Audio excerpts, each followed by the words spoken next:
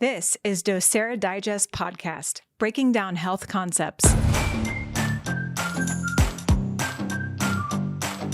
This podcast is brought to you by Docere Life Center. This innovative clinic is finding new solutions to the evolving challenges mankind faces in the 21st century. By utilizing cutting-edge technology and testing, they find root causes and also offer treatment with energy and nutrition.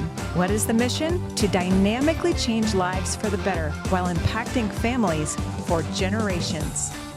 The information shared directly or indirectly in the Docere Digest podcast is not to be understood as or misconstrued as medical advice. This information is not a replacement for your current health provider who is acutely aware of your current health state and course of treatment. Any information shared about a product or service discussed by any host or guest on this podcast is not to be interpreted as a doctor-patient relationship. Well, welcome to another episode of Docere Digest, and we have a treat for you guys today. Joining us today are two coaches, Dan Stoll and Joey Barnes. I want to hand it over to them to introduce themselves, and guys, just tell us how you got in this industry and why you do what you do. Absolutely. So my name is Coach Dan Stoll, as Luke introduced. I'm really excited to be here, so thank you guys for the opportunity. About myself, I am an IFBB professional bodybuilder. I'm an NAFC certified nutrition coach, and I have been competing in bodybuilding for 12 years now and coaching for the last 8. And it's been a really beautiful journey to get me to this point. I've been fortunate enough to mentor under some of the top coaches in the world and work with now hundreds of different lifestyle and competitive athletes. And just, this has been my opportunity to embrace keeping an attitude of servitude. And so bodybuilding is the ultimate personal journey for finding what you're truly capable of. But I've really found fulfillment in helping others realize their potential as well. Beautiful, man. Thank you. Yeah, I didn't realize I was going to be following that up. Yeah, good luck, dude. I'm going to let you guys down here. I'm Joey. So how I got into coaching, I was always an athlete growing up, played football all my life. I was, pretty decent football player. When I gave that up, I kind of fell into a lost space, between like 19, 23. Wasn't really sure what I wanted to do. And my story kind of started with the breakup, the traditional breakups make bodybuilders type deal. A buddy of mine got tired of seeing me all up in my feelings and dragged me to the gym. We started playing basketball. After a few weeks, I noticed the weight room and said, dude, why aren't we lifting weights? And from that moment, I was hooked. I put on like 30 pounds in the first month of lifting. So fast forward several years, I hire a coach, a professional bodybuilder that I always looked up to. I did my first competition. Fast forward a few more years, I was preparing for a show in St. Louis, and my little brother took an interest in what I was doing, and he wanted to, follow the same path and compete. In his first show, I told him I'd coach him for free. Had a lot of success doing so. Really enjoyed it. Started coaching several other people for free for several months. Fast forward 2.5 more years, and here we are. Continue to grow. Love helping people, love coaching, seeing positive changes in their lives, and that's all I got. That's awesome. And just for our listeners, and obviously you guys are bringing yours too, but Coach Dan is the coach of Icon, Team Icon. Yes, Team Icon. And Joey is coach of Rare Breed Physique. Correct. Awesome. Very cool. And we'll link to that at the end. So really, just to kind of keep things, a little bit more laid back, just talking about kind of what you guys do. So to the listeners, if you could take a pill where you would have better blood sugar control, a decreased risk of diabetes, a decreased risk of cardiovascular disease, a decreased risk of chronic illness, eliminating visceral adipose tissue, again, that's fat tissue that surrounds your organs, improved bone density, improved sleep, improved mental and emotional health, so decreased risk of anxiety, depression, and those types of things, would you take that pill? All right. If you said yes, that's exercise. Those are the benefits of exercise. So guys, just, in your own words, I guess, talk about kind of some of the stuff that you've seen as far as improving quality of life in people, and just the power that, exercise, or more specifically resistance training, can have in a person. It's speaking on resistance training. It's much like you said, it's the number one activity that can most effectively save adults from obesity, diabetes, osteoporosis, premature aging, depression, anxiety, and a caveat of other illnesses. And 60% of American adults still don't partake in any resistance training. So job security for us. But it's something that clearly needs to become more mainstream, and something that we try to, at least at myself, try to meet people where they're at, but just introduce how you can, even introducing it 1 to 2 times a week, radically transform your quality of life, mental and physical health. Yeah, absolutely. Absolutely. Yeah. Even for the stay-at-home moms, I've worked with several, just getting them more active. Yeah. Even workouts at home with, bands, 5-pound dumbbells, going on walks every morning. You see an immediate response and a positive change, even, doing bare minimum. Not, they don't have to be in a gym, like a bodybuilder training super intense every day. Getting in the movement, just all positive changes. Even within the first week or two, on most of my clients that I take on, you see decreased inflammation in their pictures. There's more, their complexion, their skin color is better. They seem more vibrant, their mood, their energy, all improved. Just making those small changes with the resistance training, and obviously diet as well plays a big role too. Yeah, absolutely. And I don't know if our listeners are seeing this on YouTube or watching this, but despite having started lifting last week, Joey and Danny look pretty good. Yeah. The trick is small shirts. Yeah, that's right. But in all seriousness, you bring up a good point, and that kind of segues me into my next topic is, if someone does see guys like obviously you two, their first thought is, well, they need to be, competing to earn their pro card in bodybuilding or something like that. Do you guys take on clients that aren't doing that? And if so, how much kind of does that make up, or more of a lifestyle client as opposed to a competition athlete? For sure. I think it's safe to say the majority of my roster all year round is lifestyle clients. And I don't have the same expectations as somebody who says they want to earn their competitive pro card.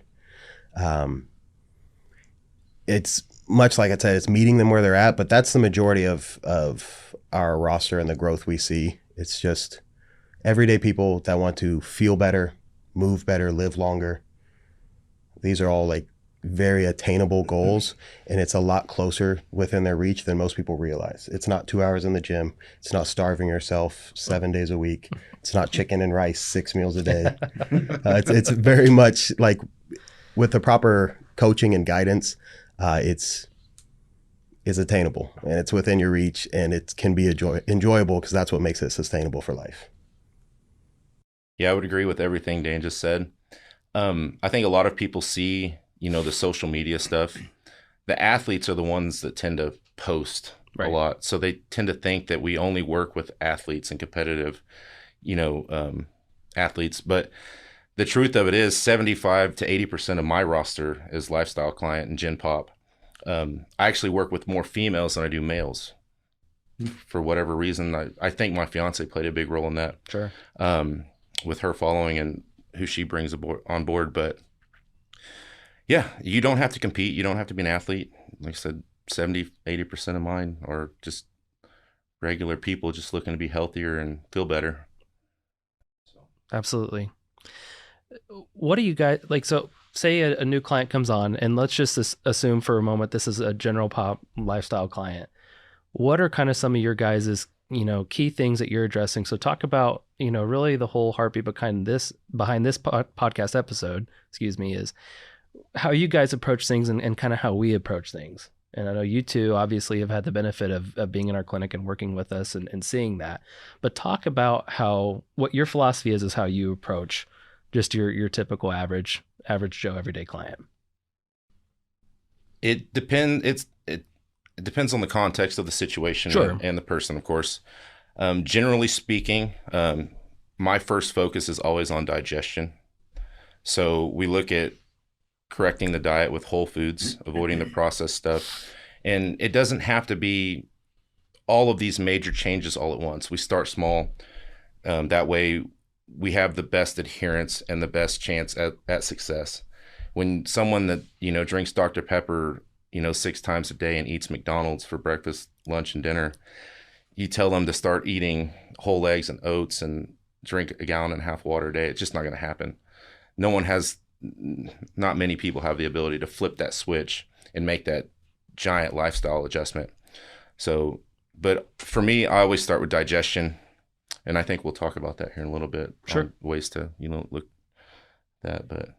Yeah, I think you're hitting the nail on the head. It's like starting with their internal performance, kind of recognizing the environment that they are in, that they've created, and then trying to get to the healthiest possible position first before you worry about insert goal here, slapping on lean muscle tissue, getting shredded to the bone, or losing body fat. We first want to just create a healthy environment. And oftentimes that takes a lot more time than they're anticipating because they've been in a state of dysfunction or poor health for so long. But there's no absolutes here, but a common one I see is they've yo-yo dieted for years and they continually find themselves in the same, if not a little bit worse position every time. And they've never taken the time to first, call it build your metabolic capacity, but eat at a high enough calorie intake that internal function is optimal and they feel good and their hormone health is thriving. And they've set that as a bit of a baseline, if you will, or if they've been there long enough and are comfortable and perform well in their training at that intake before we start to gradually pull calories again. Most people want to go straight into a fat loss phase when they sign up or they decide they're going to get healthier now. And their average calorie intake 5 days a week is 1,600. And then the weekends, it's about 7,000. And it's creating just a really a storm internally for their health, but also just for really poor fat accumulation. And so just by setting a higher normal threshold for their calorie intake, and food sourcing is important here. We'll discuss that more. But getting their body used to thriving and then seeing how much better it responds when it's asked to lose fat or put you in a slight bit of a deficit. The response, I think that's often what the yo-yo diet's all neglect. Right. Absolutely. And generally, when you increase their calories right away with whole foods, they typically lose weight. Yeah. And I think that's also the loss of inflammation. Yeah, that you see so quickly. And I think people get way too wrapped up on a scale, the scale weight. I tell my clients this all the time. It's a tool. Right. It's not what we live and die by. It's a tool that we use to track progress amongst others. On that note, like when I'm starting out with a client and they give you, I want to be this weight by this time. Yeah. Throw that out the window. It's so valuable to also ask though, like, what does this weight represent to you? Right. What do you achieve at this weight? Right. Oh, you feel better. Oh, you look better. So you don't actually want to be this weight. You want to feel better. You want to look better in the mirror. Yeah. Right. And an important part too with someone that signs up is having, setting realistic expectations and having that conversation with them. Especially someone, let's say they're, 300 pounds. And, I tell them, you've spent the last 30 years of your life putting yourself in this position. What makes you think that you are going to be 200 pounds in the next 6 months? It's not going to happen. It's not healthy. Could we do it? Absolutely. You're not going to like it. Right. And it's not going to be fun. And that's not the way to go about things. Absolutely. And I think that's one of the, and you guys can chime in on this too, but at least one of the things I've been seeing probably in an increase in frequency lately is patients coming into the clinic and expecting results overnight. When this is a chronic issue that's been going on for more times than not several years, kind of like you had mentioned. So is that something also that you guys see commonly too with clients? Oh, it's terrible, especially with social media these days. Yeah. It's the instant gratification that everybody wants. I had a conversation with a client just the other day about this same thing. He's ready to, do this summer shred to get ready for a photo shoot in July. And we just got done dieting. Like, bro, let's pause for a second and, spend some time here, before we push again. And I told him it's just the nature of, society with instant gratification. They want it now. It's that Amazon Prime Yeah. results. Want it all right Funny, now. I actually had a good conversation with one of my patients recently where we were talking about how we've really become a society that prefers something synthetic, something that's man-made, that has all these promises with them, promises. But when we can actually get that from the whole thing or the natural thing, we tend to neglect that. So it's interesting how we see that society's been kind of driven towards all these artificial things, artificial foods that aren't really providing life. They're actually taking life away. So I think it's scary the level of trust that most people give to these things too. These man-made or synthetic foods, supplements, medicines. It really comes down to lack of education and lack of interest. We get complacent or comfortable where we're at. We're comfortable with who we believe or who we think tells the truth. And, as we go through things that kind of shake up the world around us, we go, well, maybe we need to start rethinking some of these things. This isn't exactly working the way I thought it was, or we're still going through and we're like, well, I'm having all these issues. This isn't matching up with what they said, but I don't know why. And that's even worse because you're feeling all these things, but you can't figure out why you're actually struggling with it. So I know you guys probably have the same challenges that we do as doctors. So you have patients that come in, and for lack of a better word, it's more of patient or client care or managing them in some ways, their expectations, what they're trying to do. I know I have patients that come in and they're all excited. A month later, like, well, I'm not better yet. Well, yeah, you got parasites. This is going to take a while. And so some of it, what surprised me was when I became a doctor, it wasn't just, here, take this, you'll be better, and, everything works the way. It's learning how to really manage them as people. And, okay, let's set the expectations. Here's what we're looking for, and kind of set the small goals. And the other side of it is to really celebrate when we hit those small goals, because they're like, okay, I'm like, no, that's a huge deal. We got to celebrate that. We got to celebrate all these little things along the way because they are big victories. They may not be the end goal where we're wanting to get to, but, when you're managing or helping them or keeping them motivated, cheering them on, you've got to be able to really celebrate those small steps along the way. And I'm sure you guys do the same thing like we do in the office. It's okay, let's see where we're at. Let's see where we were. Here's where we are now. Here's what we need to celebrate, but we still got a ways to go. And it's keep them through that, because people lose interest. They lose motivation. The hard work kicks in, and now you really have to dig into it. And so I'm sure you guys are dealing with a lot of the same things that we deal with, even dealing with people. 100%. Absolutely. I think like setting those micro goals all along the way to keep excitement there, and also show them like we are continually moving towards the mountaintop that you set at the front or at the forefront of our working together. Like it could be like if an athlete wants to, or a client comes to you and wants to lose 50 pounds, but right now we're celebrating you had 6 consistent bowel movements this week. And that's a huge change for you. Like, so no, you're not down 5 pounds already, but wow, look how much better your digestion is. And like, it is setting those goals up front just so they continually realize you're still winning. You came in thinking you'd win in 2 weeks, but like the reality is every step forward is to be celebrated. Yeah, it's important to enjoy the journey and embrace, the process. Otherwise, that's why people fall off. They want it right now, and they lose motivation, and they forget about the small wins along the way. What's the saying in our clinic?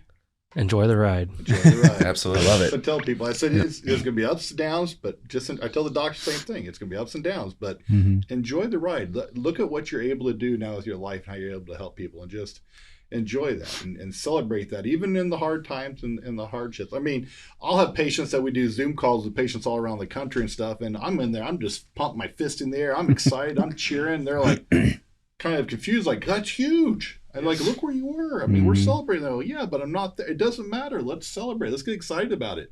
Patients in office, they've seen me do some happy dances, which I will not demonstrate on video because I don't want there to be evidence of that. But, it's being part of that, sharing that joy and excitement of being able to change people. Right.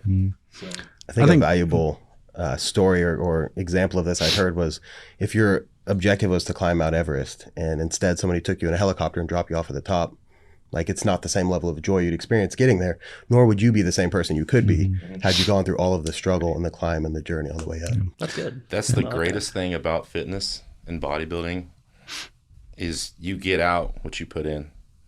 Like, you can't fake it. You cannot jump to the end. There's no supplement, no diet, nothing. Right. You put in the work, you get the result. You don't put in the work, you don't get the result. You stay where you're at. And nothing fast happens in bodybuilding. No, it's a long game. And also, I think too, for any potential, clients or, understand that we as coaches, we don't know all the answers. Doctors don't know all the answers either. Like, We don't? no, it's a process. We're going to evaluate, we're going to try some things, see if it works, see if it doesn't. If it doesn't, we shift and try something else. Right. Sometimes you get lucky and you get it right like that. Oftentimes it's not the case, and it takes a little bit more time than we want, And it varies so much between clients in this case as far as what worked for them. I mean, from our perspective, what we deal with, we see all kinds of things from, like, you talked about digestion is one of the first things you got to really work on there. Well, if you have dysbiosis or leaky gut, or you have imbalances in your microbiota, so you don't digest very well, if you have parasites, all these other things, they're going to affect a lot of that. And so some things you can do for one person may work really well, but somebody else who has a parasite or something that's challenging all that, you can spend a year trying to balance that out, and it'll take a while. So send them to you guys. Hey, we'll work together. Absolutely. Yeah. I mean, that's the beautiful thing about what we do is we complement each other very well, trying to help that individual. And that's even when I put Docere Life Center together, I want it to be a collection of people working together with other people in our community to try to help people say, I've got this problem. Who can I go to? Well, us, and then we'll send you to trainers, or we'll do this. We'll send you all kinds of other people in town, whether it's colonics, whatever we need to do to help you get the weight off. Right. Or the crap out. So, Yeah. it's trying to find these people in the community to work together. And I think that's huge, because so much of healthcare is sliced up and diced up into parts and pieces. Well, you have this, go see that guy. You have this, go see that guy. But nobody really knows what each other's doing. Right. So maybe the pharmacist who has to look at all the prescriptions and go, whoa, wait a minute. There's no community. Yeah. Yeah. And that's really what I think is the joy of what we're doing in our clinic, is building that community. Sure. And having you guys on board here today is exciting, because it's, let's get to know each other a little bit better. Let's see what we can offer and how we can help people work together to really change people's lives. At the end of it, that's what I think we're all passionate about. I see that you guys and what you're opening there and what you guys are talking about is we really want to help people live a better life. Absolutely. I think the beautiful thing about what you guys do as well, as compared to like what a lot of traditional doctors that people will go to, is you don't compartmentalize health. Like, so much of our medical system is, this is physical, this is mental, that's spiritual health. We have different levels or different people you need to see for each one, as if they don't directly correlate and involve each other. Whereas so much of what you guys, in my experience, even visiting with Dr. Luke, is we're addressing health as one entire entity, and that includes your mental, and that includes your physical, that includes your spiritual. That's actually one of the things I like most about the techniques that we've been doing here. Since I've started practicing this way and, following some of these techniques, it's not only helped myself become better, but, it's changed my purpose in a way. Because, like Dr. Kyson just said, helping people have better lives, that was always kind of my big focus, my way to describe things. But even just in these last few months, I've been realizing I need a better way to describe that, because better is just, better than you are right now, but that doesn't necessarily mean optimum or best. And so one of the things I'm trying to kind of train myself to think about is, I don't want people to just have better lives. I want them to live in a state of wholeness. And that has a whole different feeling for me, or whole different, description. When I think about it, that wholeness is mind, body, spirit, everything all working together as one, and you feel like you're complete. Because most of us feel like we're not whole. We're not, especially if we're dealing with illnesses, we're dealing with lack of energy, we're dealing with brain fog or fatigue, all these different things. We're struggling. We don't feel whole. We don't feel normal. And that's where I'm trying to get, my patients and even myself and my family is, get us to a state of wholeness.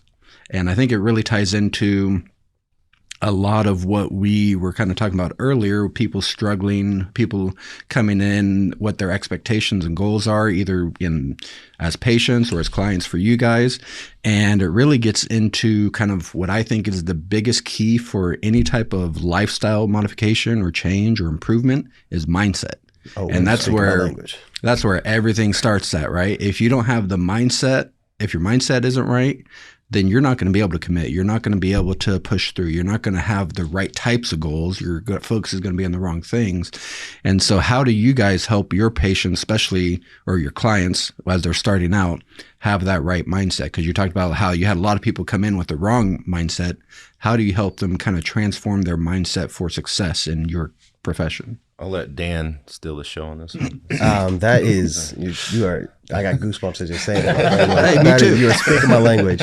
And even in the itinerary that we'd had where I got a moment to speak on whatever we want, I was like, I got to talk on psychology. I got to talk on the mindset of the client, of the athlete. I think like broad spectrum, if I could give an umbrella advice for most people, it's to seek discomfort. It's to find comfort being uncomfortable. Because we are so default wired to what is convenient and what is fast, what's expedient, what's easy now. And there's no development, there's no growth, there's no reward internally to be offered through that route. And so what I think of is like, as an example, America doesn't have a weight loss problem. Like collectively, we lose millions of pounds every year. The issue is the next year we gain it back with interest. So it's sustaining the results that we make, and that is mindset. That's the determining factor for success is your mindset throughout the process. So if you are continually doing the hard stuff, if you're continually challenging yourself to build more mental resilience and toughness and do things that you don't want to do at the time, but you recognize have a greater reward afterwards, then you're building a more capable self to take on whatever life throws at you. So that could be like you missed a meal and now you're not going to go binging and eating McDonald's. Instead, you're going to make a strategic and intelligent choice with getting whole foods to make up for your calories that you'd missed.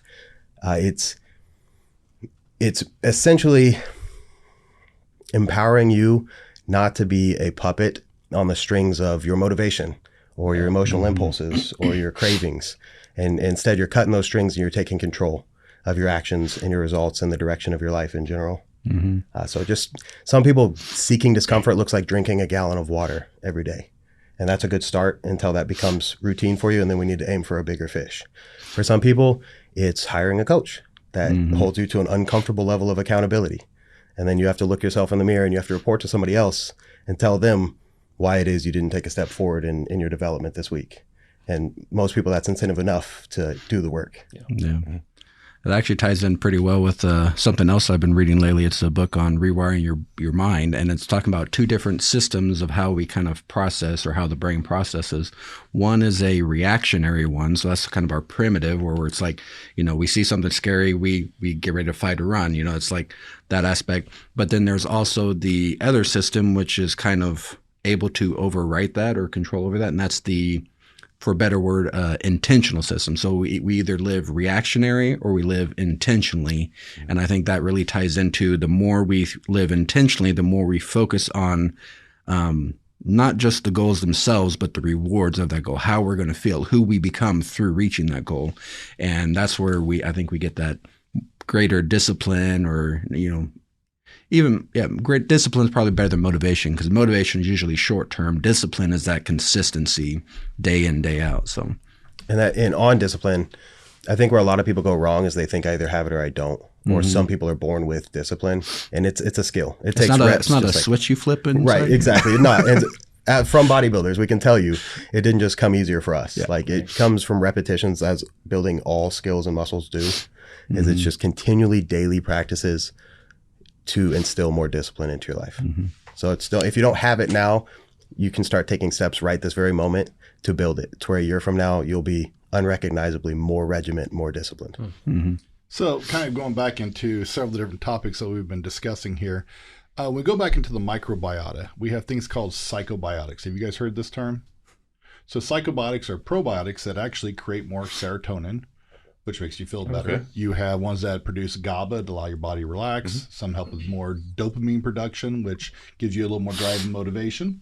And so if you're limited on these, it's going to affect the neurotransmitters and how you think, how you're driven, how you're motivated, how you're rewarded for accomplishing these things. And if you're not getting those, that takes a while. So when we go back and we look at what we're eating the whole foods, these foods actually nourish those bacteria so they can continue to grow and multiply and build more and create more of these things. Versus if you're eating crappy foods, one of the big things about some of these fast food places that's known is not necessarily what it is you're eating, it's the fact that it kills your microbiome because there's nothing there. And so a large part of what we're trying to do, especially with you guys, whether you know it or not, when you're doing the basic nutrition, the whole foods and all this, is you're feeding these probiotics that produce a lot of this. And so it's within months of doing this, you start building up these colonies that start producing more of these neurotransmitters, which help with motivation and help with these things. This is something we can help the clients too if they need more of that. We can look at that and say, okay, here's what we're limited in, here's what you need more of. But there's a really good book if you guys are interested called The Psychobiotic Revolution. It's about two psychiatrists in Ireland who went through and did the studies and figured some stuff out. It's absolutely amazing. I've used this in a lot of my patients, you know, with parasites, because parasites will really mess with your neurotransmitters, right? Because they're trying to limit serotonin, because serotonin also moves your bowels, and so it wants to slow the bowels down, so it brings it down. This is why so many kids that are depressed usually have a parasite issue that's playing into it. So we see that quite a bit. So looking at how you guys are addressing this by going in and dealing with digestion and the gut and everything, these are great things. So do you guys recommend kombucha or kefir or any of these other probiotic rich stuff? Yes, depending on what the athlete is experiencing with their digestion. Context. It depends. This is something we ought to get together and talk about a little bit more off air, and maybe give you guys some cool things to actually bring in and see if that would help, because most people don't understand that we're outnumbered. Was it 200 to 1? Something like that. Yeah, the microbiota cells in our gut outnumbers 200 to 1 to cells in our own body. Right. And so a lot of our immune system, a lot of our ability to digest, to process, to absorb, to assimilate these things into the body are depending upon this. And you only breed more if you feed it the right stuff, which is the whole foods is what we're talking about. So you guys are right on track with that and going through that. I used to tell my patients all the time, like, all right, I set my goals for the new year. I said, okay, what are they? They go, well, I'm going to hit the gym this many times. I go, don't even hit the gym right off the bat. Spend a month trying to get yourself ready before you go in there, because you're going to go into all the other crazies, you know, in January, which fade out like in February. You know what I'm talking about. So, and spend those 2 months preparing your body and getting ready to start exercising, doing that. Work on detoxification, work on eating a cleaner diet, work on doing these things. Still go walking, still do some things like that to be active. But before you decide to just go all in, prepare your body for what you're getting ready to go through. Because the other side of it is when you start going through and these guys hit it really hard beginning of the year, gung-ho, they start sweating, they start doing all this stuff, all these toxins that have been stored up in the fat get released, and then they tank in their energy, they get sick, they get worn out, and they're just not properly prepared for what they're trying to do. Again, going to be there in January and be buffed by February. That never works out. You guys know that. So it all starts in the gut. Like, didn't know the term psychobiotic, but we know that the gut controls a lot of, mainly every function in the body, and especially how it acts on the brain. You see it all the time. I see it even, you know, my fiance, if she eats something bad, her mood is different. I see it. She doesn't, but anyway. And you also see the new athlete, they go into the gym, like you said, a lot of times they get sick 2 or 3, 4 weeks later. And typically, I think it's because they're pushing too hard. They're trying to do too much, you know, early on. But that was interesting. Yeah, it's a long game, like you guys said. I mean, it's and especially for you guys, it's setting those expectations. Okay, here's your ultimate goal, but let's be realistic about it and let's talk about it and understand what we're trying to accomplish here to give you better success later on with less pain, so you don't get as much cramping, the liver's functioning well, you can go through and break down your lactic acid and all this stuff. And because of course the quicker you break that down, the more gains you get, so you want to be able to process through that very quickly and clean all that up. So I think the approach I continually rely on for nearly every facet of this is just minimum effective volume. So try to get the greatest possible response from the minimum dose, and that goes for their training. You know, that goes for making dietary changes. But like when we're getting into training, say they're coming in, they're a resolutioner, and they're going from 0 and they want to go to 100. I'm like, well, let's get to 20. Let's go in and just do a couple working sets, probably 10 reps away from failure, so you're not at all tapping into those intensity thresholds. And let's just get your body familiar with the movement again and introducing a little more stress than what you're currently taking. And then it's like appropriately titrating up the demand over time. And that's a good way to negate a lot of these like illnesses or immune system function crashes that they're experiencing, because they try to just do everything at once. Well, and it's like everything that we do in our office. I mean, all healing comes from a cellular level. Same thing with bodybuilding or anything else. I mean, you got to go through and you got to challenge those muscles in a way that starts to stimulate the production of more mitochondria, where they can start building and producing more energy and power to be able to do these higher demands. And it just takes a while to do that, but you have to have all the raw materials coming into the body, so your whole foods. Right. You have to be able to digest it, process it, assimilate it through the gut, through the liver, to the body, so it can go through into the cells to be used appropriately. If any of those areas are challenged, we're going to have a supply and demand issue, and that's what we're really looking at here as far as how do we change that? How do we affect that to get the best responses? So I like the explanation of supply and demand. I like it. I mean, because you can only meet the demand or the load that's put to you if you have the resources to do it. So kind of switching gears a little bit, we've talked on and off about basic nutrition and the different psychobiotics and how that affects the brain and so forth and so on. But, there's so much information overload on social media, right? Should I go keto? Should I do carnivore, Mediterranean, paleo, what have you? Just kind of elaborate, again, case specific, there's context for sure, but just as a generality, how do you guys approach clients from a nutrition standpoint? A balanced diet. Yeah. Proteins. Mic drop. Yeah, honestly, yeah. Are we talking about the food pyramid here? Well, thank you. See you later, guys. Yeah. You don't want to be one extreme or another. Raw liver, raw testicles. Liver is king. You want the best sustainability to be able to do it long term. A balanced diet. That's When you say balance, though, that may not mean the same thing for other people. So are you going low carb? How are you kind of breaking that There's down? a time and a place for lower carbs, but generally speaking, equal proteins, fats, and carbs. Fats are going to, again, not completely equal, but a balanced spread of all three. For most people, what I find is we need to increase protein starting out, because most people don't eat enough protein. And of the 3 macronutrients, your proteins, your carbs, and your fats, if ever you're going to do a little bit too much of one, then I prefer it to be protein. Sure. Right. It's going to have the highest thermic effect and the least possible negative repercussion from a little bit too much. Granted, said a little bit, everything's in moderation here. Macronutrients, like those ratios all kind of depend on where the person's at, what their current nutrition looks like, what their dieting history looks like. But a common principle that applies to really all of them is we're just whole foods. I'm trying to get animal protein sources for 99% of my athletes, as those are the most complete and bioavailable protein sources.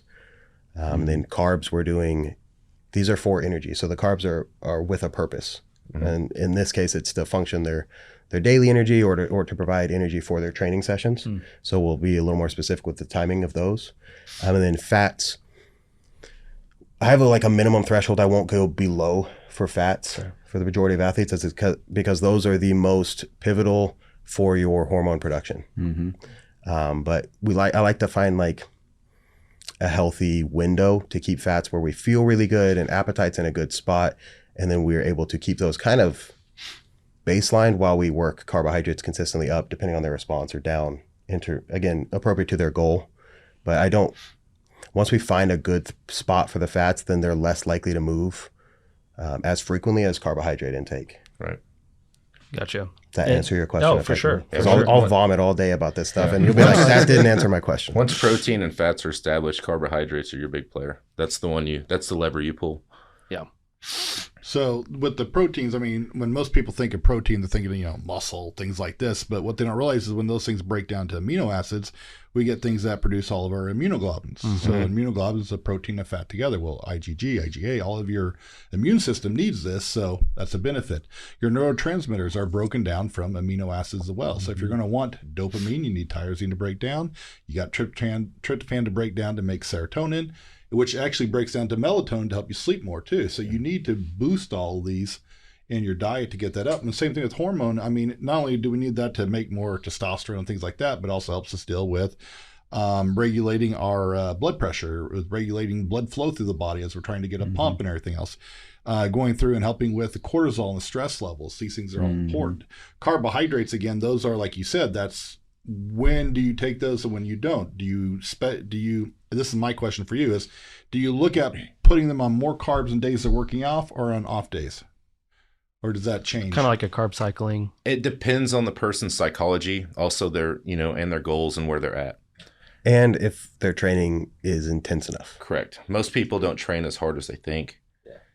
And really, it just depends on adherence and the person's psychology. If they're able to, do different diets on different days, then yes. But a lot of times, some clients, when they go to work, they don't know if they're going to be able to train that night or not, depending on how busy work is. In that case, I would keep the diet the same. Again, every situation has context, but there are some times where you do keep carbs lower on off days just because the activity level is so much lower than training days. Yeah, as a general rule, probably am going to have higher carbohydrate on training days where there's more demand. But again, there's so many different exceptions to that. And the carbohydrates release serotonin, which makes you feel better. So, it's like, I'm having a bad day, go eat a few carbs. Okay, I'm feeling better about it now. I mean, usually people come in, I've talked to other trainers and stuff, they go, yeah.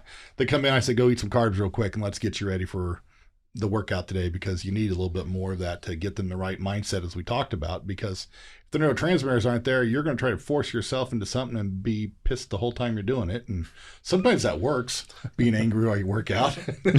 Short-term solution, yeah. But, you may not get the full benefit of it, and you may walk out there feeling a little bit better, not quite as angry, but it may not give you quite as much as what you're looking for. So, again, supply and demand. So, there are cases too where you could do higher carbs on off days and justify that. That's what. Just exactly. Really Depends just on the individual. depends. Yep, absolutely. So, do you guys do stuff with blood type? I do. Okay. Yeah. It's something I came across just by accident, really. A couple years ago, I was working with my coach, and I noticed that for me, I was eating a lot of avocado. I had avocado in 2 of my meals.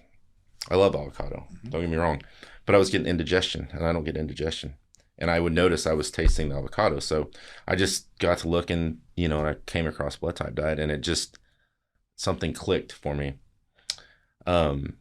So ever since I had that kind of aha moment, it is something I don't live or die within that box, when building a diet for a client, but it is something that I do consider. And again, it depends on the situation. Do you want me to share the story?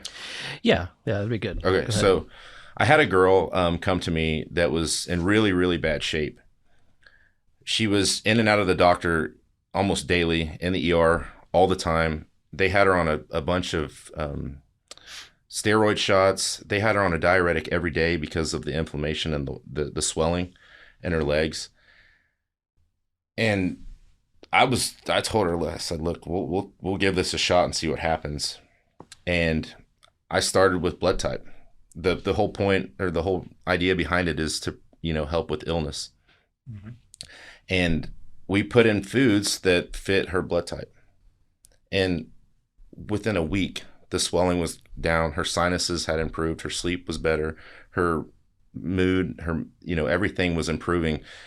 And it's gotten better and better and better ever since we began. And right now she's about to step on stage as a competitor in, just over a week. And that was something I was really worried about, but she is actually thriving while dieting this hard and doing that much cardio, because she was sick and felt so terrible for so long. This is easy to her. So honestly, she's going to be a scary competitor if this is easy for her, because she lived in such a bad state for so long. And literally the only thing I did was just use kind of the guidelines on blood type diet to build her diet. And we've kind of stuck with that because it works so well. Now I have others that, say you shouldn't eat dairy, but when dairy's out, they get constipated. When dairy's in, their bowels are normal. Yeah, it really kind of, and again, that goes back to a lot of your probiotics that are in there as well. Is what we're dealing with. Yeah. So what I found with the blood type diets and stuff is, me personally, I don't think it's absolutely 100% kind of like you're saying, but what I find is that with certain blood types, you process and can digest things very effectively, more than other people can with other types of things. So in my family, there's my wife, my 2 daughters, and there's me and my son. Me and my son were type A, which means that we need meat and vegetables and things like this. The girls in my family, they're just straight carnivores. Like, they'll make 2-3 racks of ribs and they're good. I'm like, my son can we have a salad with that or something? Right. We need a little bit more than just meat, but the girls in my family are straight up carnivores. Yeah. That's I'm O too. Like, so I fall into that as well. I always, and growing up too, like, people said they can't digest red meat before a workout. I'm like, what? That makes no difference to me. Yeah. O naturally has higher stomach acid. So it never bothered me, but yeah, it's just something, it's a tool that, can be utilized if need be. Yeah. So Just one more in the toolbox. yeah. Mm-hmm. Speaking of tools, that's a good segue. I didn't have this on our notes, but do you guys use, so when people, again, when we talk about stuff in here, us doctors and then you guys, we forget that we're here intelligence-wise, and that's not a bad thing. That's just our experience. That's our training. That's our education. And we forget that our listeners or our patients, our clients, whatever, they're coming in with a much lower understanding than us. So with that said, when you, at least for your average Joe, when they're thinking about bodybuilding coaches or lifestyle client coaches, they may not know that you guys have a lot of tools at your disposal too. So how do you measure things? Do you use blood work? Do you use other things to implement to kind of track and guide and measure? Yes, for sure.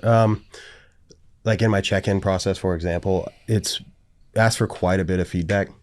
And it's feedback as far as like, I'm first feeling for their mindset, again, kind of getting a feel for the psychology. So I'm asking for what wins they experienced in the past week. We're doing physical measurements. This is also to kind of drive home the importance of the scale is not our only indicator for success. It's just one of the many markers. So I'm doing like bicep, thigh measurement, waist measurement. We're just continually watching their ratios. And then blood glucose is another thing that I consistently ask for. And it gives us quite a bit of feedback as to, one, of course, their insulin sensitivity, how efficient they are with the food that we're eating. But it could also give us some acute feedback as far as their stress response, if sleep needs to be addressed, if food timing needs to be addressed. Quite a bit of just more useful information than just making sure that every carb we eat is being efficiently used. So that's most of what I'm asking for in my athlete check-ins. Yeah. Pretty much the same thing. I don't, as far as measurements, I ask for their waist measurement. And then my men, if they want to measure like chest, biceps, stuff like that, the ones that are into bodybuilding, we'll do that like every 3 or 4 months. Now, as far as like fasting glucose, that's not something that I ask. I did have an athlete that was okay with checking it, but I find that with, gin pop, they don't want to prick their finger every morning and check their fasted blood glucose. But I use blood work to check that, and we're doing blood work every 3 to 4 months, especially for the athletes. Nice. And we do blood work evaluation, and if there's something way off, I always something I nail home to everyone is I'm not a doctor. Sure. And everything that I'm telling you is just my advice on how I think you should go about doing this. But ultimately, it's in your hands how you handle it. But if something's seriously wrong, I always send them to a doctor. But Seek medical professional. Absolutely. Nice. What are some of the things you guys are screening or looking for on a blood work? Sex hormone levels in general, which is your testosterone, your estradiol, sex hormone binding globulin. Looking at thyroid function, their total T4, T3, free T3, just making sure that everything is converting at an appropriate rate, and essentially we're getting the metabolic output that we want. Nice. We're not seeing any major deficiencies there. CRP, which is just systemic inflammation. Again, making sure they're not in a hyperinflammatory state, which could be indicative of a lot of other issues that we need to address first. Then your like metabolic panel, your kidney, liver values, the organ function. I think not many people would know that, so I think that's really great that you guys are doing that. Yeah. I think it's been one of the beautiful things about like coaching now is when you first want to become a coach, there's zero barrier to entry.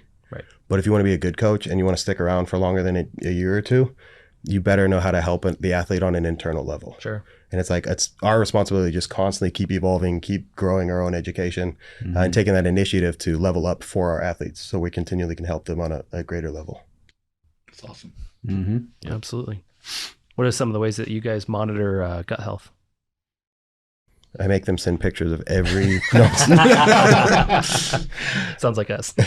No, so on my check-ins, and you can see this visually too sometimes.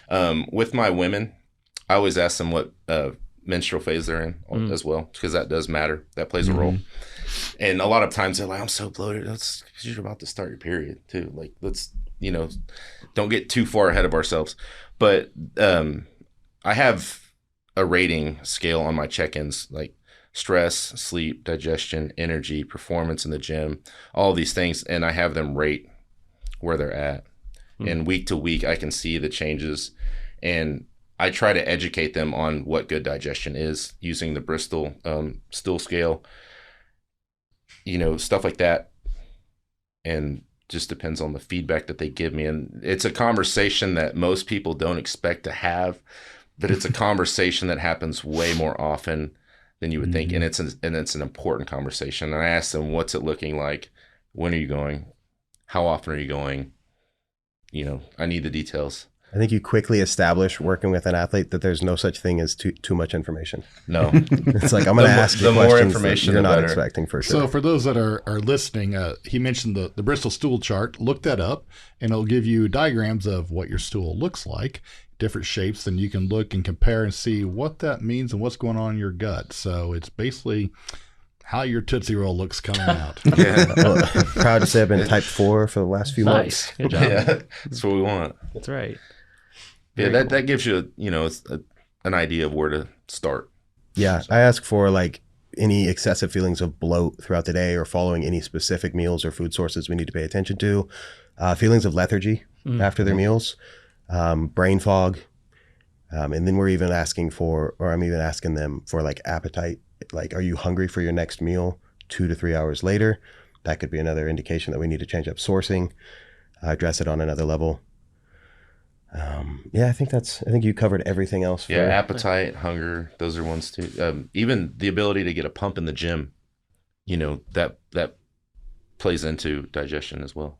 Yeah, it says a lot about the environment you've got going on. Not to beat a horse to death here, but I had an older doctor one time tell me that a 2-inch stinker that's a sinker is better than a 1-foot floater with no odor. Words to live by. Wow. It's beautiful. Right? So I was like, all right then. So That's awesome.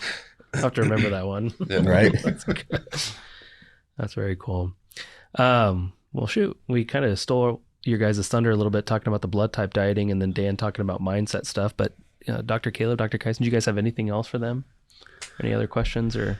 So I came across something interesting this last week. Have you guys watched any of the Huberman Labs podcast? So yeah. I came across one. It was actually an excerpt of one of his episodes. It wasn't the full episode because those are like an hour and a half to 2.5 hours long. This was only like 10, 15 minutes, but it was interesting because it was talking about the effectiveness of cooling between sets. And it was specifically talking about cooling of the palms, the bottom of the feet, or the face, because the vasculature in those areas of the body interact with heat or heat exchange a little differently than most other areas, and it's actually able to cool the core and the brain a lot faster.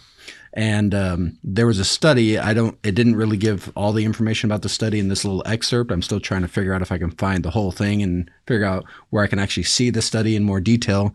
But it was talking about how they did a study where they did palmar cooling, so cooling of the hands, and there was a specific temperature range that it needed to be as well, because if it was too cold, they would constrict and it wouldn't get the same effect. But just doing some cooling of it, even just putting your hand on like the cold gem wall or something, if you have like the stone or a metal beam or something in there, that can help with overall sets and effectiveness in there. So it's not going to increase your ability to lift more weight, but it'll allow them to do more sets and reps and stuff like that more efficiently. So they were mainly measuring pull-ups, dips, and like bench press. And it went into basically when they were doing this in between sets, they were able to do about 300% more sets within like a few days. Of course, they were doing a whole lot through this. And these were, people who were experienced. It's not going to be someone off the street just jumping in doing 600 pull-ups or anything like that. But they were able to increase their effectiveness. And then even a couple of days later, without that cooling effect, they're able to maintain some of that. Have you seen anything on that? I haven't, but that's fascinating. Yeah. And it was kind of going into the pyruvate kinase and how that affects constriction of the muscles, and even how when we, fatigue, when we're doing reps and stuff, a lot of that comes into the muscle getting too warm. So it's kind of affecting that aspect. It's definitely something for my own training, I'm going to have to look more into. Yeah, I'll see if I can find that research in more detail and get that to you guys. Please do. Because it would almost go against traditional thought process when you're in the gym. Yeah. So that is interesting. So a friend of mine, Dr. Jerome Maruka, he was a big championship bodybuilder at one point and power lifter.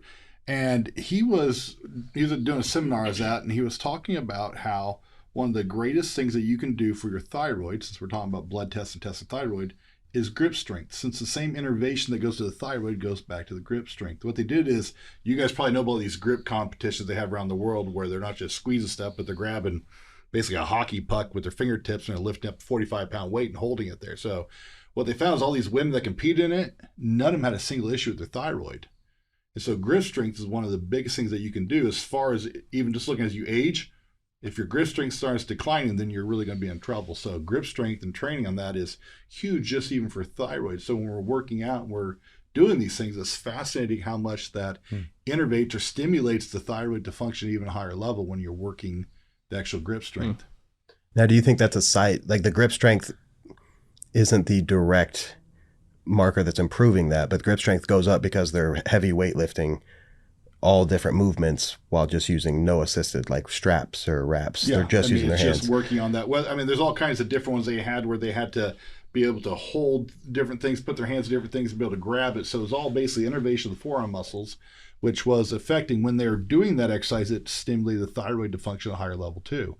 And so there's pretty interesting. So that was a huge study that was done. I have to go look that up. I hadn't seen it in a while, but it was saying that all these women that competed, and in Europe, there's like thousands of these women that compete in these different things here. But the most fascinating one was the little metal, looked like a hockey puck. You literally grabbed with your fingertips here, had a hook with that attached to like a 45-pound weight. They're literally grabbing their fingertips and lifting it through the air. But when they're going through and they're testing all these women, none of them had a thyroid issue at all. It was like, come on, how many women do you know in the population? You take 10, half of them have a thyroid issue, right? Yeah, the correlation there is so strong. When you go back, you look at it, well, the muscles and the nerves that go to the muscles that also innervate these organs, not just the thyroid, but the same ones that go through and innervate all these other organs, we're getting much better organ health and stimulation through that energetically through the nervous system by exercising, doing these muscles, which most people don't know. I don't know if you guys have ever heard that or not, but I had heard there's a direct correlation between grip strength and life expectancy and longevity. And so that makes sense that would tie into what you're saying. If everything is functioning more effectively internally, starting with the thyroid, it ties in. My thoughts were, when I heard that, though, I'm sure there was a huge upsale in like the hand strengthening gadgets and gizmos rather than people just raw gripping like their deadlifts or farmer's carries, which I think would have significantly more positive carryover than just specifically isolating like the hand or the grip. I think it's just any type of flexor action there with the fingertips there is what's going to stimulate that. So. Really? Do you guys like the fat grips? So this is, you ever use those? I have those, yes. Yeah. Have you ever shaken like a really, really old man's hand? And he about crushes your hand? Yeah. It makes sense, right? They had like a life of physical labor. Yeah. No, you get like an old farmer or rancher. And like he'll crush your hand. Oh yeah, that's just, they may look wiry and scrawny, but they'll rub your knuckle bones together a little bit there. Yeah. And he's like 95 years old, before the sun comes up out on, there you working. Go. So built that up, but yeah. That's fascinating. So it's pretty interesting. So I guess the takeaway is the better your grip, the better you can grasp onto life. Oh, wow. There you go. There you go. He reached for You're just waiting for that one. A little bit, but I grabbed onto it. My grip was strong on that one, so I pulled it back in. We need to get a hold of this conversation. So one of the other interesting things about what we do in our clinic, so funny story, Luke came in one day and he was sitting there and he's trying to turn his head. And so I said, let's get creative here. I had an idea. Okay, and I said, let's take some of the energetic stuff we do, because we are energetic beings. I mean, we think of things very mechanically as far as muscles and joints and lifting and mechanical action. But I said, well, let me try something here. And so what we did, did we invert it? I think we inverted the frequency. This is how the Austrian oak was born. Yeah. So this is how we went through. We have a machine that we were able to take all the frequencies for all the joints, muscles, ligaments, and everything like that. And then we put those into a bottle to stimulate that. I said, okay. I said, you're testing to it. Let's see how it works. He took 10 droppers of it. And I said, now slowly turn your head. He went and about snapped his neck. He's like, there was no resistance at all. And all stupid. that was a energetic messenger to the body to tell it to relax that muscle down, or to allow that to do that. So there's some really cool things that we're playing with in the background here as we're going through this, going, well, if you can tell the body to stop reacting the way it's reacting after it's worked out, can you change the benefit of the workout? Can you increase the benefit of it? So there's some fun things that we're playing with in the background right now. Right. And he called it the Austrian oak after Arnold, of course. And Yeah. so, but that was kind of a cool remedy we came up with. That's absolutely just wild. And we've used that on, I don't know, Several, hundreds and hundreds of patients now. That's really helped them That's relax. cool. And That's like the phone thing that you did. I was about to ask that next point is, kind of setting that up would be, do you guys notice anything that, just as we're talking about, can be energetically positive or stimulating to the body in a good way? Are there any things that you guys notice that interferes with it? And this can tie into screen usage, whatever, anything like that you see? As far as performance? Yeah, performance Yeah, or just I mean- overall being. I mean, this can tie into sleep hygiene or anything like that too. So, Oh man. To be as specific as like training performance, the elimination of screens and like not having your phone in your pocket, which you showed Joey, who enthusiastically showed me. I was trying to alley-oop it to you guys. I've shown probably like at least 20, 30 people that, and they're hooked. They're like, what? Yeah. I think just as a general rule, if it steals your focus, it doesn't serve you. And so, especially with like training, where we have a very specific intentional goal going into each training session to improve, we don't need the televisions and the phones in our hands and just the constant like noise and stimulation, just trying to steal away what it is we're trying to do. And you could probably carry that into every principle that you're trying to improve. It's just easy for me to use the very specific example I'm exposed to every day. Oh, Yeah, I think, it's just the distractions that would, if it ties into sleep hygiene. for sure. So, people are on their phone late at night. They're trying to catch up with social media from being at work all day. And before you know it, it's 9:00 and they're going to bed, just get off your phone and get away from Nine's it. pretty late for you, isn't it? Oh, 9's super late. Yeah. But I tell all my clients, I go to bed at 7:00. Yeah. So it's like 7:30, 7:40 if it's a good night. But Dang. I need to it's start just telling mine that, even if it's not true. So I'll stop getting the 10:30 messages. oh yeah, I still get them. I tell them that's fine, but don't expect a response right away. But then you'll start getting the 3 a.m. messages. I guess that's true. They're like, you got to be up by That's now. fine. That's fine for me. I'm up at 3. that's when you respond is at 3 a.m. after they send you at 10:30. So Right. Well, that's when I get up. So, yeah, right back at you. How's it feel? there you go. Yeah. That's awesome. Very cool. Yeah, sleep hygiene is super important for anyone, wanting to live a long, healthy life. So sleep is super important. I think that's another big rock that starting out, you can count on like 99% of most individuals not taking serious enough. Mhm. And most people think it's like, well, I unwind and I turn off, I'm in a cool, dark room, and so I should be good. And I take melatonin. I'm just like, well, you're staring at a screen or you're getting blue light exposure up until the moment you go into bed, which is one big problem for your melatonin production. But two, like all throughout the day, you're having stimulants and you're getting all these like rushes of adrenaline. Your circadian rhythm is just absolutely whack. And people don't realize like you start preparing for bed the moment you wake up. That's when if for best practices for sleep. So upon waking, if you can get some early sunlight exposure to help support that circadian rhythm and your natural cortisol response.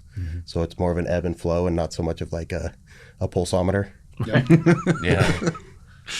Absolutely. And last point, we had mentioned grip strength and women and the thyroid health. That kind of, again, thinking about things from a potential client perspective, one of the things you see on social media a lot is Particularly women are afraid if they start lifting weights, they're just going to get big and bulky. Do you guys want to address that real quick? I wish it was that easy. I just wish that you could accidentally get huge. Yeah. Oh, no. Just happened by accident. Darn it, I should have stopped 2 reps ago. Yeah. You'll know early on, even like as a young teen, like your ability to put on muscle. The ones that are genetically gifted at that naturally have way more muscle without even trying. Yeah. And yeah. So you're saying you guys coach a lot of ladies too, and it's not, they don't just get big and bulky and blow. No, the look that they actually want to achieve the majority of the time, we call it toned, and that's Right. it's the curse of marketing. But what that is it's having lean muscle and Yeah. a lower body fat percentage. Yeah. And so it's the same things you would typically do to build lean muscle on a male, because a female has, and we're assuming we're hormonally healthy here, she has an adequate level of testosterone to build muscle, what's appropriate for her, and not stack on muscle like the Austrian oak. Yeah. So you're saying resistance training is the way. They don't have to be a cardio bunny and get on a treadmill for hours on end, right? This is the way. Correct. And women build muscle more easily than they think, but it's not at the rate That they're afraid of. that they're afraid of. Yeah. Correct. And you will find nowadays there are a lot of young females that want to be muscle mommies. They want that look. They That's the they trend. want I've to. heard that one before. They want to be huge and jacked. I don't know where it came from. I think I mean, honestly, I I have a think it's theory the as to where it came from. demasculinization of men. That's right. I think they're trying to fill the shoes of the average male being That's so a whole nother disappointingly topic low. for a whole nother day. But Ooh, yeah. I feel like we're aligning on that one. yeah. Very cool. Well, Dr. Caleb, Dr. Kyson, do you guys have anything else for Joey or Dan? One of the big things is we talk about, sleep being important for repairing but most people don't get the rest. We're not talking sleeping here, but resting the body, resting the mind.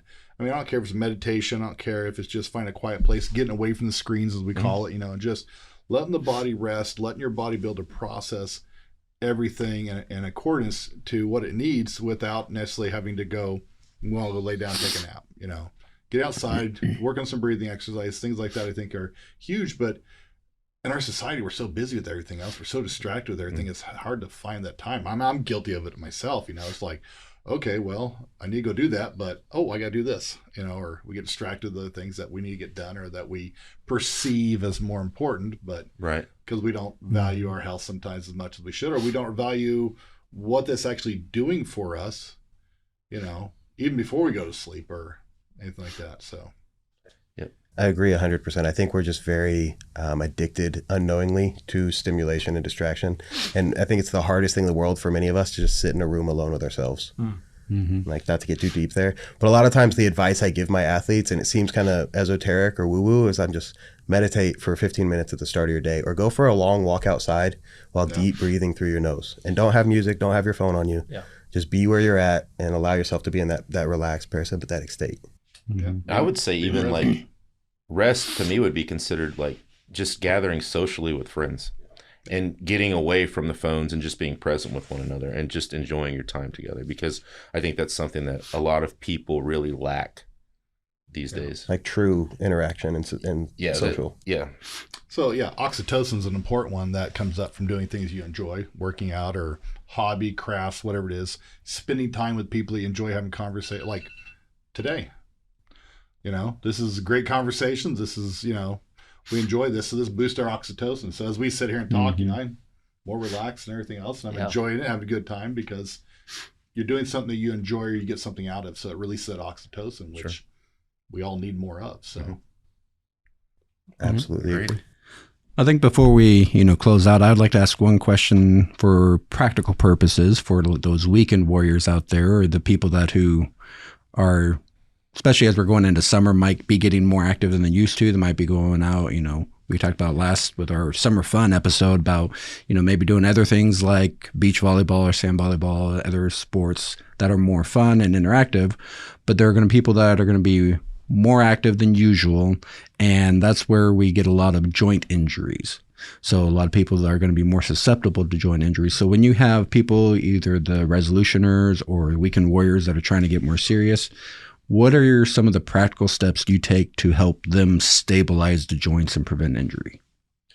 This is one thing that even starting out with higher protein is going to play a big role in just strengthening that connective tissue.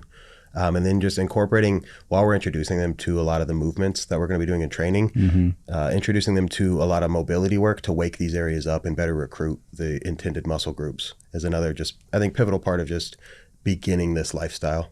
Yeah. And that way if you're lifting correctly, let's not call it bodybuilding because that people like say that's not me, but if you're resistance training correctly, it's going to continually improve your joint strength, your range of motion, and your overall mobility and flexibility.